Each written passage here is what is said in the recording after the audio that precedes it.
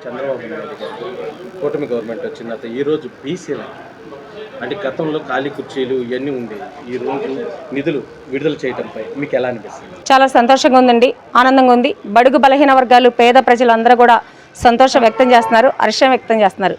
ఎందుకంటే 5 సంవత్సరాలుగా నానా ఇబ్బందులు పడ్డారు. ఈ చేతి వృత్తులు చేసుకునే ఎవరికి కూడా జీవనోపాధి లేక చాలా ఇబ్బందులు పడ్డారు. కరువు వచ్చింది, వలస వెళ్ళే పరిస్థితి వచ్చింది.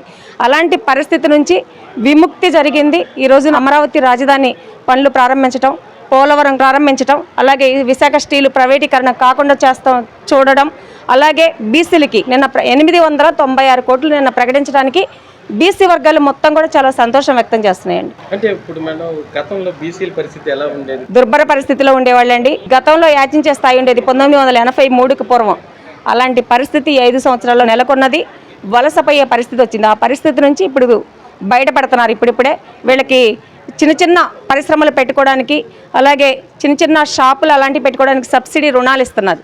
దానికి నిన్న 896 కోట్లు విడుదల చేయగానే చంద్రబాబు నాయుడు గారి చిత్రపటానికి పూలమాలేసి పాలు పోసి అంటే పాలాభిషేకం చేస్తున్నారు బీసీలంతా. అంటే మేడం ఇప్పుడు మహిళలకి చంద్రబాబు నాయుడు మహిళలు మద్య దుకాణాలు కానీ కళ్ళు దుకాణాలు కానీ 10% మహిళలకు రిజర్వేషన్ కల్పించడంపై మీకు ఎలా అనిపిస్తుంది? బాగుందండి, తప్పే ఉంది. మహిళలు ఏం వ్యాపారం చేయకూడదా? దుకాణాల్లో పాల్గొన్న రోజా ఈరోజు అంతరిక్షంలో విమానాలు నడిపించే స్థాయిలో మహిళలు ఉన్నారు. అన్ని రంగాల్లో మహిళలను కూడా అభివృద్ధి చేయాలి, డెవలప్మెంట్ చేయాలి, వాళ్ళని భాగస్వాములు చేయాలనే ఒక మంచి ఆలోచనతో ఒక 10% వాళ్ళకి ఏవైతే ఉన్నాయో అవి ఇచ్చారు. కళ్ళు గీత కార్మికులకు ఇవ్వడం మాకు సంతోషంగా ఉందండి, తప్పేం లేదు. బుద్ధి జ్ఞానం లేని వాళ్ళంతా ఇలాంటి పనులు చేస్తుంటారు. ఎందుకంటే వాళ్ళకి అభివృద్ధి చేయడం చేత కాదు, సంక్షేమం చేయడం చేత కాదు, వాళ్ళకి మంచి సౌకర్యాలు కల్పించడం చేత కాదు. 5 సంవత్సరాలు దుర్భర పరిస్థితి తీసుకొచ్చారు. బీసీలకి 56 కార్పొరేషన్లు పెట్టి ఏ కులానికైనా ఒక్క సబ్సిడీ రుణం ఇచ్చారా?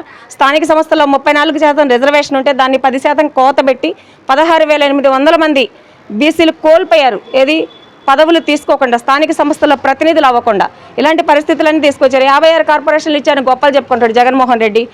ఎవరికైనా సరే ఒక్క రూపాయి, ఏదైనా కార్పొరేషన్లో ఒక్క రూపాయి నిధులు ఇవ్వలేదు, కనీసం వాళ్ళకి కూర్చోడానికి కుర్చీ కూడా ఇవ్వలేదు. అలాంటి పరిస్థితి నుంచి వాళ్ళ కార్పొరేషన్లు చైర్మన్లు ఎన్నుకొని వాళ్ళకి జీతాలు ప్రకటించి నిధులు కేటాయిస్తుంటే బుద్ధి జ్ఞానం ఉండాలి కదా కోర్టుకు వెళ్ళడానికి. ఏం పని నీకు?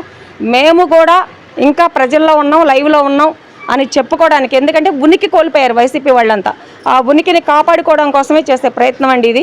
వైసీపీ ఖాళీ అయిపోయింది, అర్థం అవ్వట్లేదా? ఖాళీ అయిపోయింది. ఎవరున్నారు? నమ్మకస్తులైనటువంటి విజయసాయి రెడ్డి కూడా రాజీనామా చేశాడంటే ఇంకా పార్టీలో ఉన్నటువంటి పరిస్థితి ఏంటో మీరు ఒకసారి ఆలోచించండి.